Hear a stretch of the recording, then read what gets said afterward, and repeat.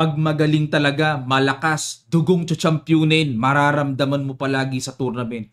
Pag-aralan natin ang 2 games na ito sa ongoing Norway Chess.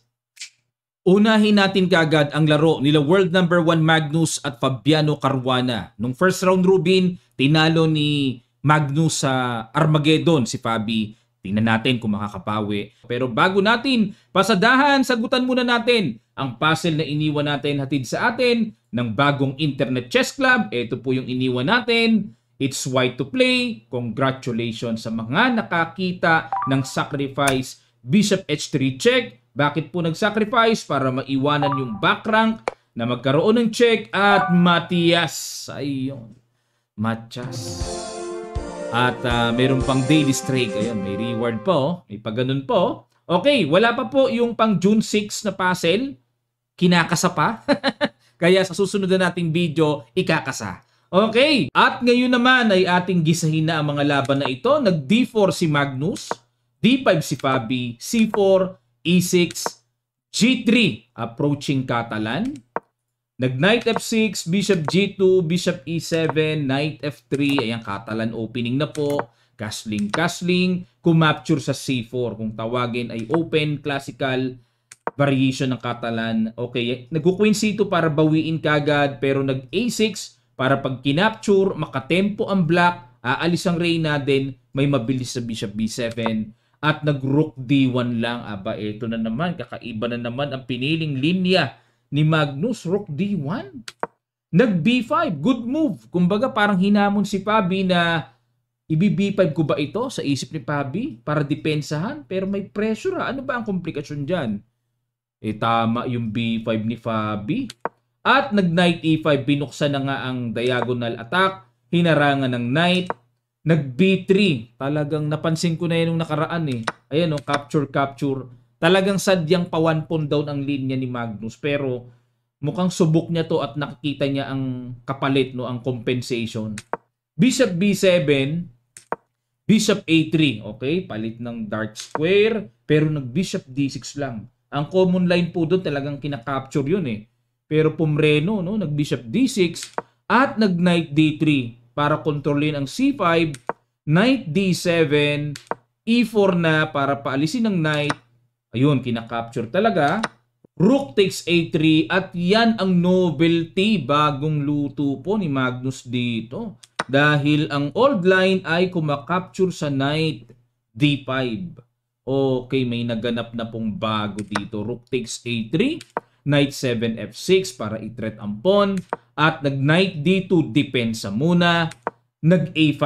Okay, so dito po ay nananatiling lamang ng isang pawn si Fabi.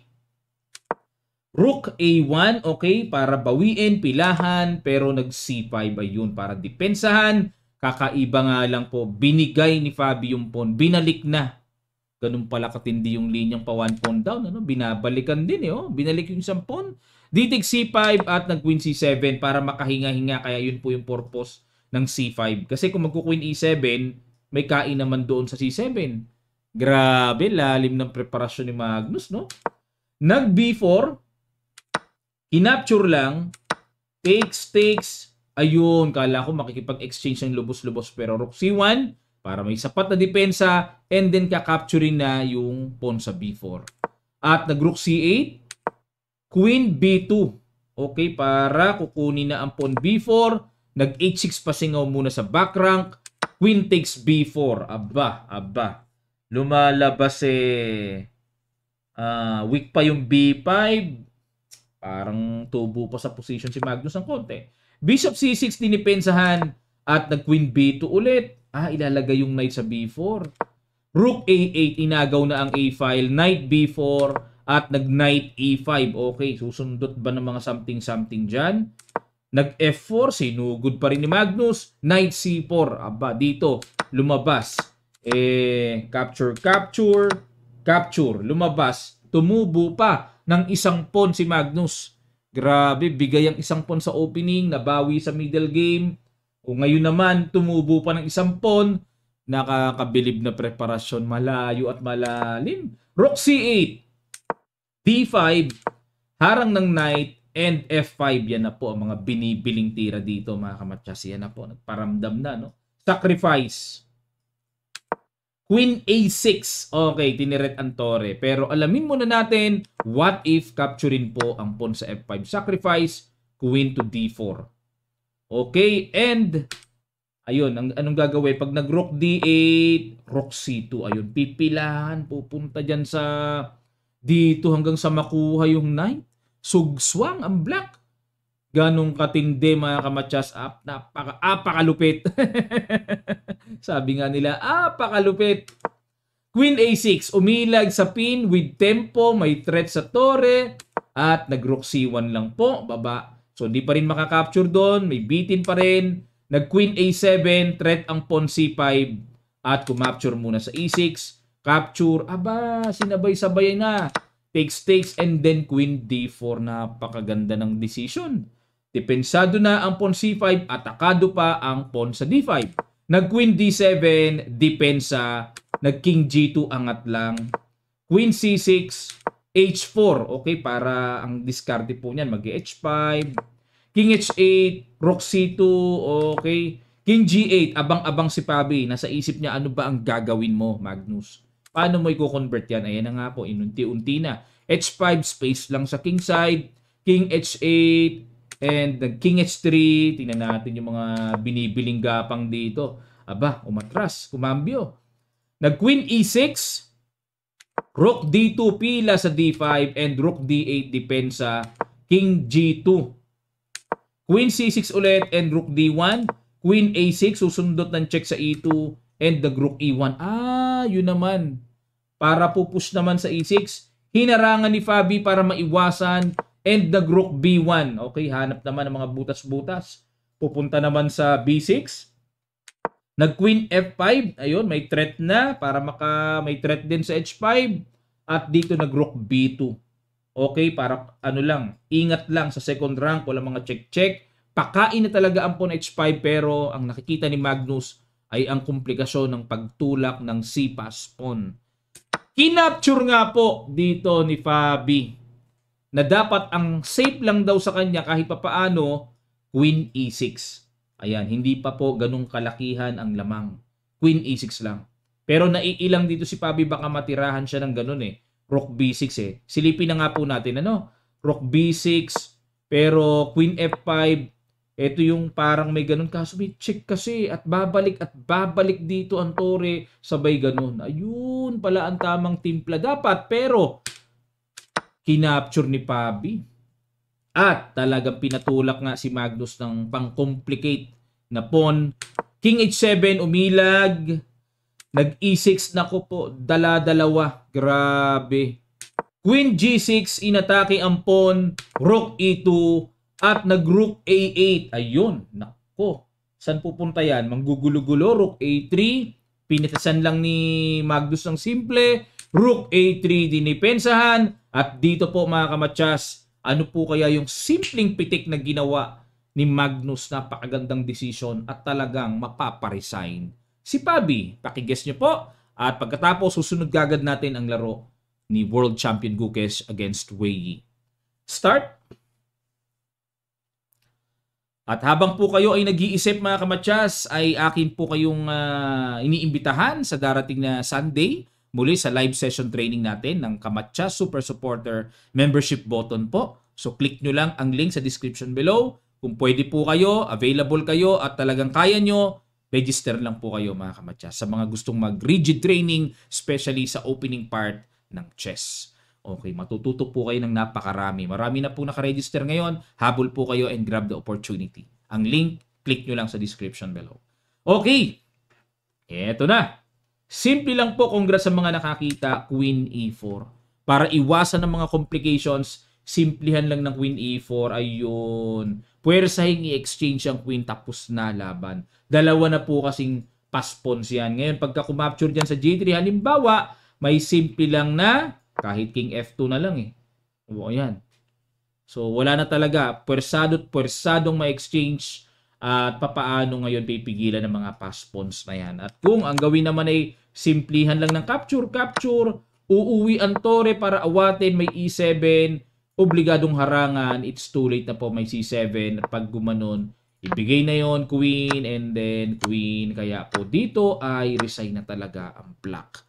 What a move by world number 1. Grabe talaga, dugong champion talaga. Championin mga kamatsas. Ito naman ang game ni world champion Gukesh kontra sa Chinese attacker na si Wei Yi.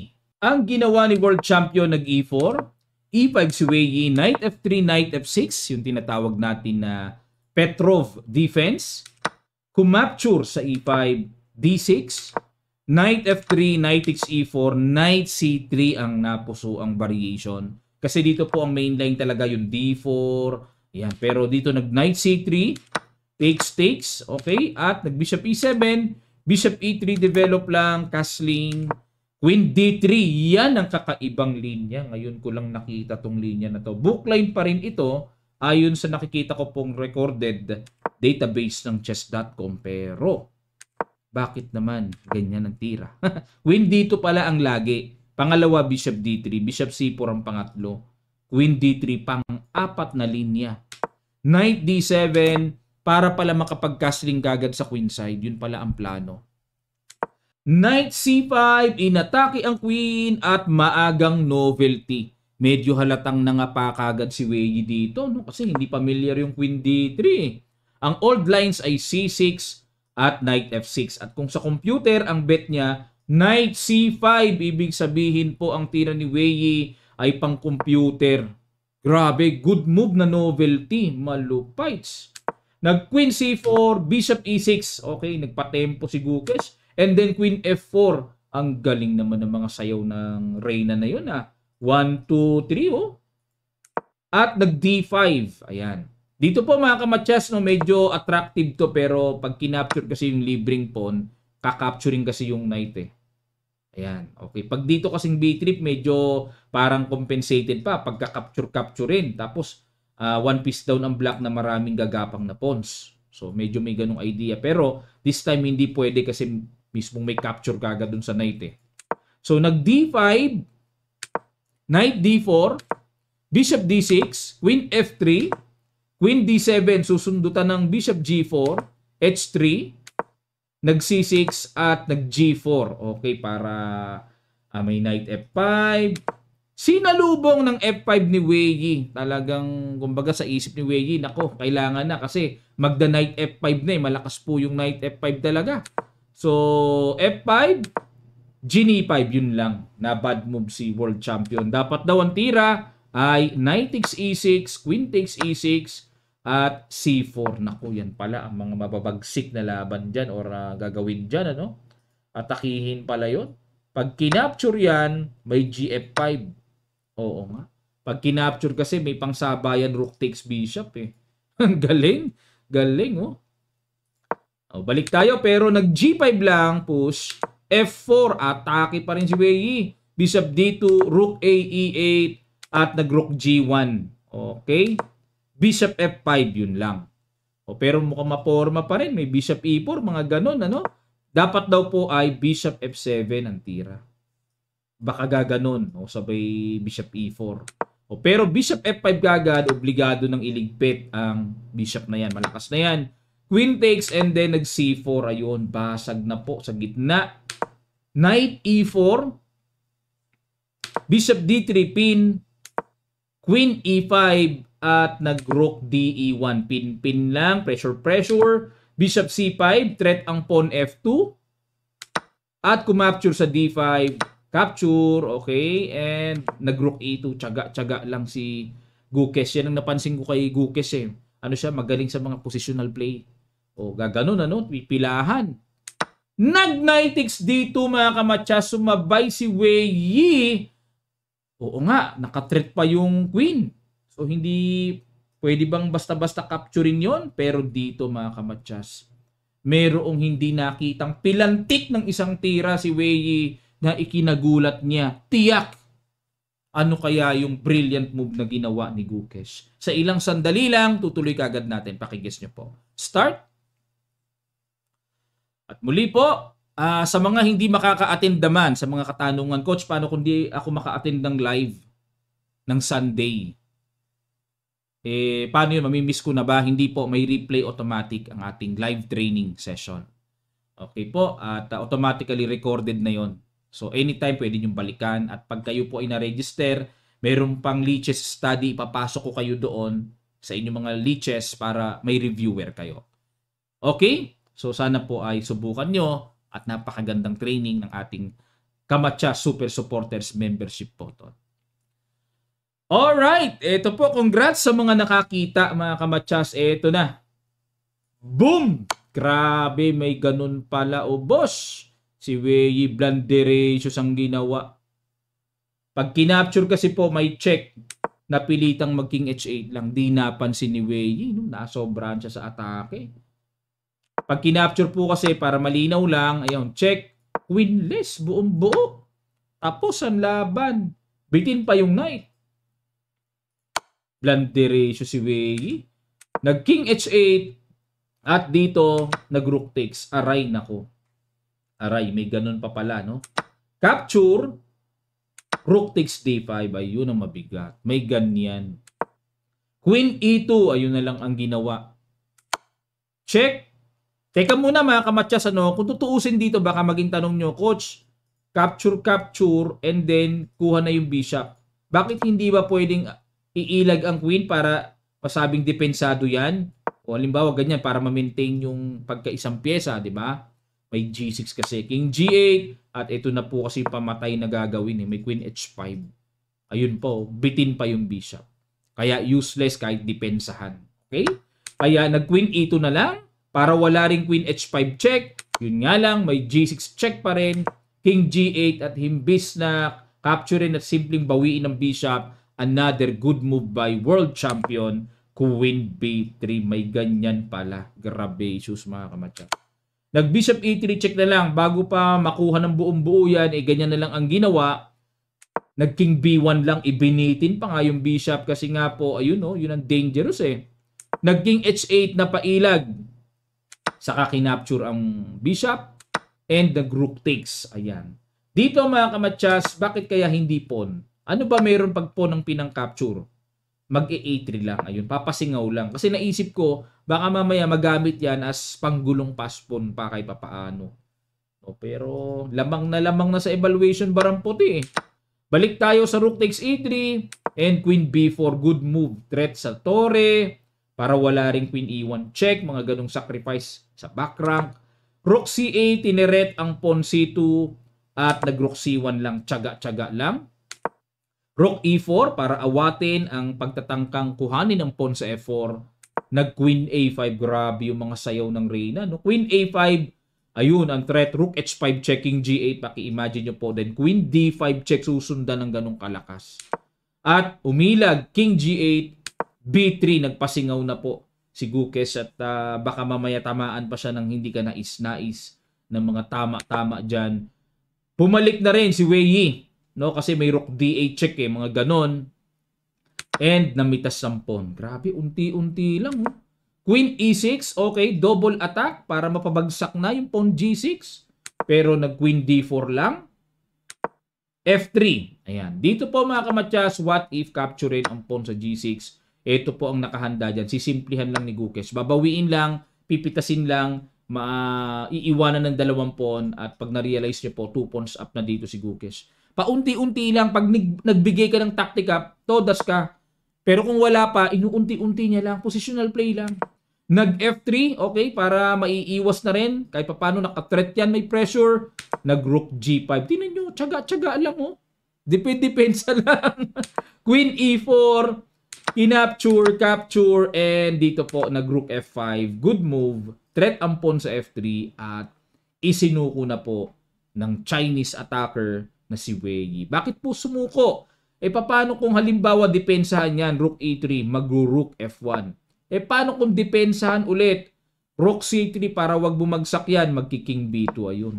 Diyan tutudasin sa mala-positional play na ang King sugswang. Ayun, sugswang. Paano kung gumanon para ito yung atakihin? Ay, hindi pala pwede, bitin ng Torre. Sorry. O, pag naman nag-B6 dito, mag-A4. Sugswang, uubusin ng tira. Talagang mapapabitaw at mapapabitaw ang Torre O para may capture na lang doon, tapos rook 1 takes f3, takes, and then b4. Wala na. Overwhelming advantage na ang white pagdating sa usapang rook and pawn ending. Kasi po 2 pawns up yan. Okay, grabe talaga si world champion. Naunahan na ng India ang China. No? Dati po talagang sa Asia talaga. Talagang China na number 1. Pumapangalawa India. Ngayon wala na. Mas malakas na India.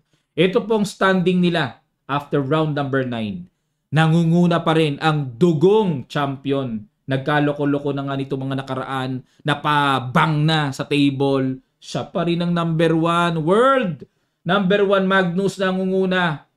At pangalawa si world champion Gukesh. Kakabilib din si Gukesh. Talagang pinapatunayan niya world champion ako. No? Kulelat yan nung nakaraan no? Pero ngayon, tinan niyo po, second place na. Hikaru Nakamura with 13 points. Fabiano Caruana, 12.5 points. Eri Gaisi, 11.5 points. Wei Yi, 8 points. Nako, kailan kaya itong si Wesley so makakapasok uli sa mga ganitong kalakasang malalakas na round robin, no? Nawala na talaga si Wesley so Dati, laging nandito siya. Walang absent yun. Wala. Kailangan makabawi si Wesley talaga. At ang last round po na inaasahan nating magbabakbakan, Arjun Erigaisi and Magnus Carlsen. Okay, nung first round robin ay tinalo kaagad ni Magnus yan si Erigaisi. Di na umabot ng Armageddon. At dito pag nanalo si Magnus, wala na, sure champion na. Fabiano Caruana Gukesh. Tingnan natin kung ano magiging resulta. Wei Yi and Hikaru Nakamura. Ayan na, naglaban na po ang parehong singkit ulit. Malaman kung ano po ang magiging resulta at kung sino ba ang magcha-champion. Magnus pa rin ba? Ano po sa palagay nyo? Nagkaloko-loko na Halos mag-walk out na sa tournament Nagkasalita-salita na magre-retire na sa classical chess pero pagka siya nag-champion, baka maiba ihip ng hangin.